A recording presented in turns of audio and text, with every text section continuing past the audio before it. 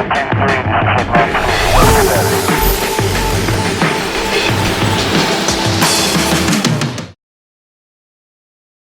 my name is Suneet Bhatt. I'm the GM at Crazy Egg, and I'm here to talk to you about why I believe your existing customers are your biggest growth strategy, and why I think many folks aren't taking advantage of that opportunity to capitalize on the intent and attention of their existing customers.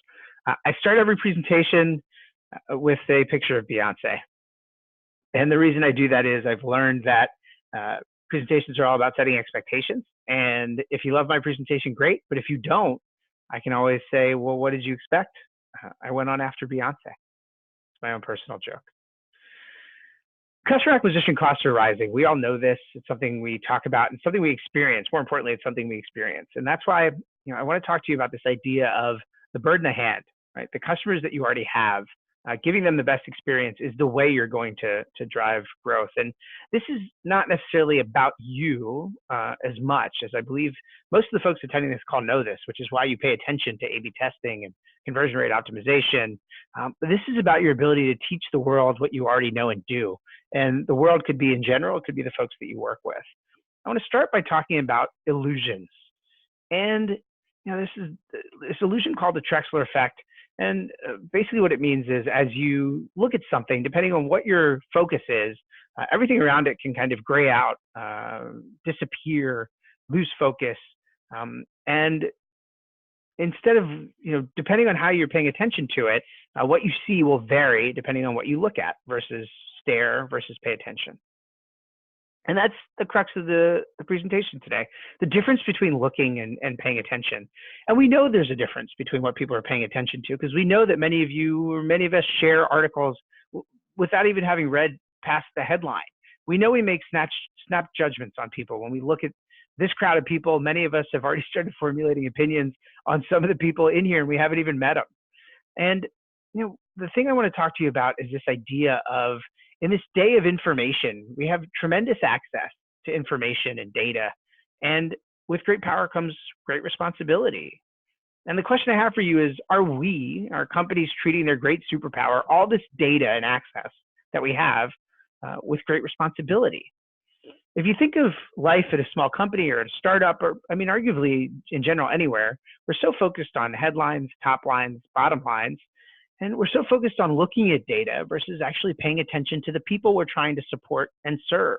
We're focused on data points and we're not focused on people. We, especially on the CRO side, especially on the A/B testing side, every person that visits or experiences our website is turned into a visitor, a user, a unit, as opposed to a human being. And I know this for a fact because we ran a survey and we know that less than a third of us even talk about the folks coming to our website as people. We think of them as anything but a human being. And that dehumanizes folks. It's not a customer experience, or it's about a customer's experience. And that's something that we're falling short of, even with our language and framing of the work we do every day. Now, I think most of you get this. I can pretty confident that the rest of your company doesn't or doesn't really feel it empathetically. Now, they may get it academically, but they don't feel it. And that's just not, it's not healthy. That approach to dehumanizing, to not paying attention, is unhealthy. And so that's something we want to fix and talk about how we can approach it and why it happens. So let's go. My name is Suneet Bhatt. Not really that important. These are some of the companies I've worked at and done some fun things at. Not that important. I want to talk about this idea of paying attention. I've been looking and working at Crazy Egg for a while, and we do what would historically be called conversion rate optimization, which includes heat maps, scroll maps, recordings, A/B testing, surveys. We do all of those things, but that's not something that has been very inspiring for very long. So I was looking for a way to connect our work to something bigger. And so let me give you a little prologue on where this concept of paying attention came to. I came across this research group called Nonfiction Research based out of New York. They wrote this piece called The Secret Financial Lives of Americans and the Future of Financial Services. I would encourage you to check it out. Great piece.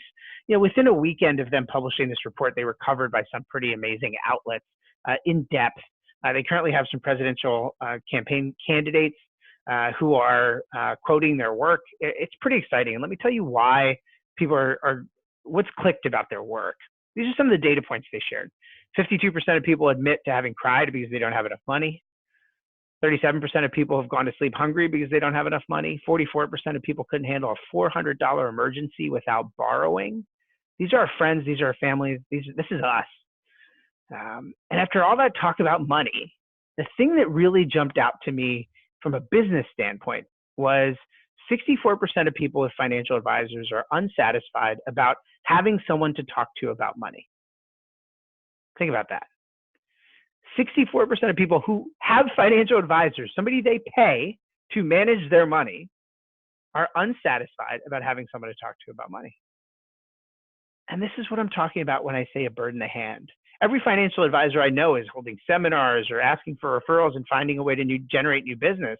They're not taking care of the existing customers they have. And that's customer life. That's what it feels like to be a customer these days.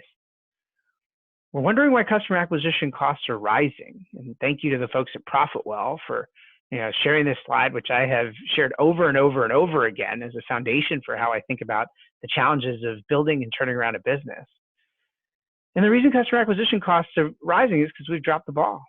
And when did we stop paying attention to the people who are paying attention to us? In this case, the birds in the hand. In this case, our existing customers or our existing people who come to our sites and experience our brand and our product. I've been at this game for a long time. I was kind of born in the digital marketing space in 1998 when I graduated college. Since then, the world, my experience in digital marketing and my experience in conversion, and my experience in building businesses has been all about just turning up the dial. And by turning up the dial, we've really focused on seeking attention versus paying attention. The pendulum has swung so far in that direction. We turn up the dial. When we're trying to get new customers, we spend more, we write more, we retarget more, we post more, we email more. And what we're doing is we're trying to get people to pay attention to us. And I think the pendulum has swung so far in the seeking attention direction that we've forgotten to pay attention to the people who do end up responding. And so this is what the experience looks like. We are Wile E. Coyote, by the way, and our customers, the people we work with, are the Roadrunner. And we're really focused on the chase versus our duty and our responsibility to the people we're serving. And it's about you, it's about you too, this is about everybody here, everybody paying attention. We all do this. I should have wrote me here. I mean, this is about me as well. I'm guilty. And it doesn't matter what business you're in, frankly. Acquiring new customers is just expensive.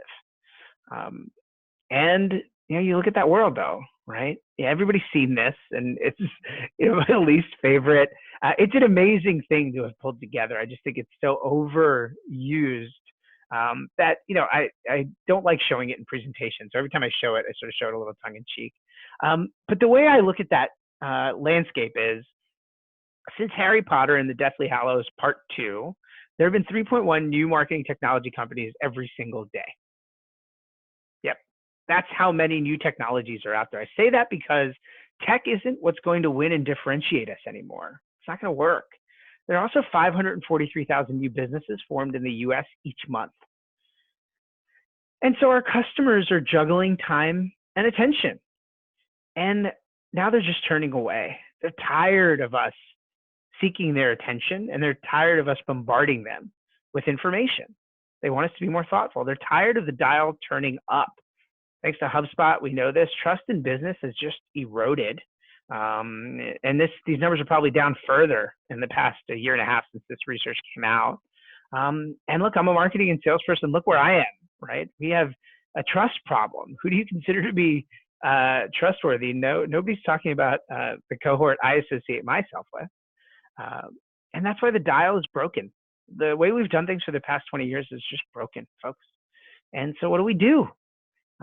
There's a lot of stuff being said about customer success. Support-driven growth is a framework I built while at Help Scout.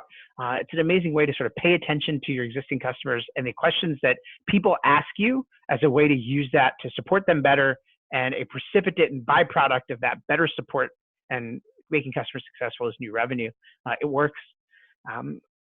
It's not hard to be elite, though, when it comes to this idea of getting people to use your product and answer their questions. Look, median SaaS product gets 2.8 days of activity per user per month. Less than once every 10 days is somebody coming and using your product. If you're elite, it's 7.6 times a month. That's twice a week. If you're elite, somebody's using your product twice a week. Thanks to Mixpanel for that data. So it's certainly not hard to feel elite on the success and support side and on the product adoption and usage side. And here's one of my things. Everybody feels elite, right? 95% of people rate their partners smarter, more attractive, warmer, and funnier than average. And look, our customers are not making the most of our solutions. That's the bottom line. They're using it on average 2.6 times a month, aggressively 7.6 times a month. And that's just what we mean. We're just not elite. They're not using it. And I believe that's because we're not making the most of our customers' attention. They're coming to us, they're paying attention to us, but we're not making the most of it. We're too busy with the chase. We're too busy trying to find new customers, as opposed to paying attention to the people who are paying attention to us. And that's why customer acquisition costs are rising. Headlines, top lines, bottom lines. At the end of the day, you can only grow customers you already have, and you can only convert people who are already experiencing your site in some form. Invert the funnel, focus from the inside out. And look, I know that's kind of obvious, but there's one even more basic principle. And that's this idea of just pay attention. Make the most of every person who experiences your brand, your company, your website, your app. Make the most of every person. Don't waste that opportunity. A bird in the hand is worth two in the bush. And look, at the end of the day, the technology is not what's going to win. This is about you, your service model, your service delivery approach, and the time you spend just paying attention. The biggest drivers of growth are your time and attention. So what does this mean? We know conversion rate optimization has the highest ROI of any marketing investment you will make. My boss, Neil Patel, surveyed a few hundred customers, totaling a few hundred million, maxing at a few hundred million in revenue each, and asked them what the highest ROI investment they could make was. And it was conversion rate optimization by a mile. But what was fascinating, he then asked them how much time and money they were spending against it. And it was the highest ROI. They were still only spending and allocating 1.7% of their budget to CRO. When I talk to you about using this presentation as a way to inspire you, to help make the case for more time, money, and attention in your company and in your group, this is the type of stuff I'm talking about. High ROI, clearly articulated, very low budget, poorly allocated. That's it, 1.7%. We then did a survey and we started talking to our customers about, look, why are you not doing what you know is best for you? And what we learned is 41%, less than half of companies are doing something that can be categorized as CRO. So when we talk about a competitive market in A/B testing or conversion rate optimization, I say, folks, we're not competitive. There are a bunch of amazing companies out there right now, but until we get to 60, 75% saturation of conversion rate optimization as a function, discipline, tool set at every company, I think this idea of fighting each other for scraps and fighting each other and being competitive is counterproductive. We're confusing our clients, we're confusing people trying to do this work, and we're giving them anxiety. Instead, what we should be doing is talking about elevating the market. I believe one of our tools should be on every website. Once that happens, I'll talk about competition. Like only a third of marketers are paying attention to where people get stuck and why they aren't converting, really. Look, marketers know what to do, they just aren't doing it. And that's why customer acquisition costs have risen. We got lazy, we lost focus. We kept getting saved by some new channel, right? There was Google, there was AdWords, then there was retargeting, then there was social, then there was dynamic email, then there's always something new. Then there's like hyper-personalized sales development and BDR outreach. And we just keep finding new tools and new channels, but it's not happening anymore. And we stopped paying attention, and it's our fault because of our choices. And the tech is no longer going to save us. It's about what you do. There's no cavalry coming. There's a new channel coming to save us. The thing that's going to save us is going a layer deeper on our processes and our approach and just paying more attention to the people who are paying attention to us. That's how you lower customer acquisition costs. Pay attention, test ideas and improvements, and make changes that are better. That's what I mean about paying attention. Conversion rate optimization is such a clinical term. We just talk about it with the people we work with as, hey, Crazy Egg just helps you pay attention to how people are experiencing your brand and your product so you can improve. So if you're going to turn up a dial from some attention to more attention. There's hope, right? We did a bunch of surveys and we just started talking to customers about why they were leaving.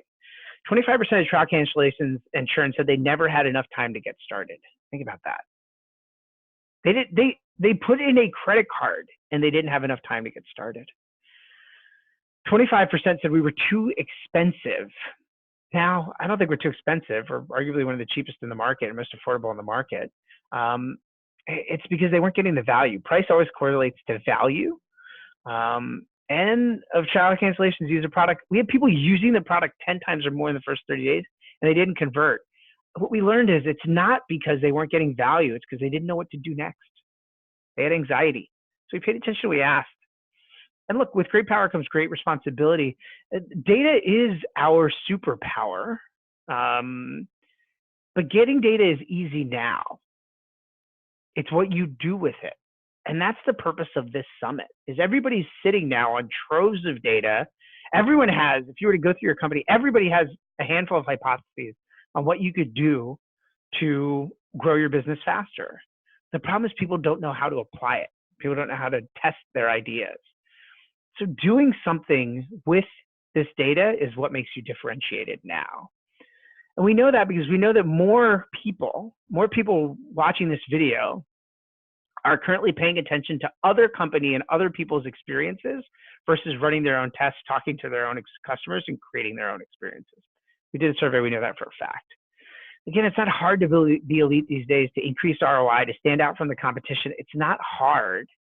Just pay attention, folks, and then do something, like anything about it. And it's fascinating because right now, if you were to look up A/B testing, if you were to search for AI versus A/B testing, you'd get 816 million search results in Google in about a third of a second. If you were to just search for A/B testing, you would get 685 million in about a half a second. But we have such limited adoption and engagement around conversion rate optimization, and A/B testing is a smaller subset of that. Yet we're already leapfrogging with AI versus A/B testing. People haven't even gotten comfortable with A/B testing, and we're already talking about AI versus A/B testing. And this is what I mean by overwhelming our customers. They're not adopting the stuff that we're doing, and we're already trying to sell them something new. And this is stuff that customers say when they think about conversion rate optimization and testing. It causes me anxiety just to think about it. This is what people say. I don't feel like taking the time to update my website because I think it's as good as it is. I think it's a combination of reasons. There's a lot of software that's costly. Some are free, but everything adds up. Another is hassle or being busy with other things on your website. This person tried to answer some stuff on the front end and ultimately got to the crux of it. I'm just busy with other things. And so when we think about our superpower, when we think about the thing that's going to differentiate us in the market, and we think about the things that we can do that will make us a better company and help us grow faster, I think back to this idea of the illusion. It's what we pay attention to. It's what we look at. So everything stays in focus versus just staring at sort of smaller parts of the problem and then losing sight of everything else in all the context. It's the difference between looking and paying attention. Remember, like if you want to be in the top 1/3 of businesses and marketers and testers, it's easy to be elite. Just pay attention to why people aren't achieving the goals you've set out for them on your website or in your app. And you're already in the top 1/3 of people out there. If you do something about it, you're probably going to be in the top 10%. The superpowers, data, the superpower doesn't make you, superpowers don't make you a superhero, right? We looked at people, Crazy Egg, recently over the past few weeks, and we were like, you know what, let's take a look at our A/B testing product. And just in the past few weeks, we had 19,000 people visit our A/B testing product, and only 2,000 people made it through to create a test. 19,000 visits and 2,000 tests created. There's a massive gap there. It's not because people don't know what to do. It's not because people don't have the data to do it. It's because we haven't made it easy, and it's because of the anxiety that exists in trying to make that decision. And when we started serving people opportunities and ideas, what we learned was everybody was willing to click on the suggestion. And we would say, hey, these are things you could do to improve your website. When we said that, 82% of people clicked on in-app messages where we said, here's a suggestion and an idea for you. Everybody wanted the data. And then we said, click here to make a change. And only 10% of the people clicked through. The problem here is our customers and people in the market are still dissatisfied about their ability to make tests, to make changes, to optimize their experiences. And I feel like we're kind of like financial advisors right now. Except our customers aren't saying, hey, who do I talk to about my money? They're saying, who do I talk to about my ideas and making changes? And that's something that we want to fix. And that's what I mean about the bird in the hand is if you're a company offering these solutions, an agency or a technology platform, then the bird in the hand is your customers and the people using you who want the ability to make changes. They need help. Pay attention to them.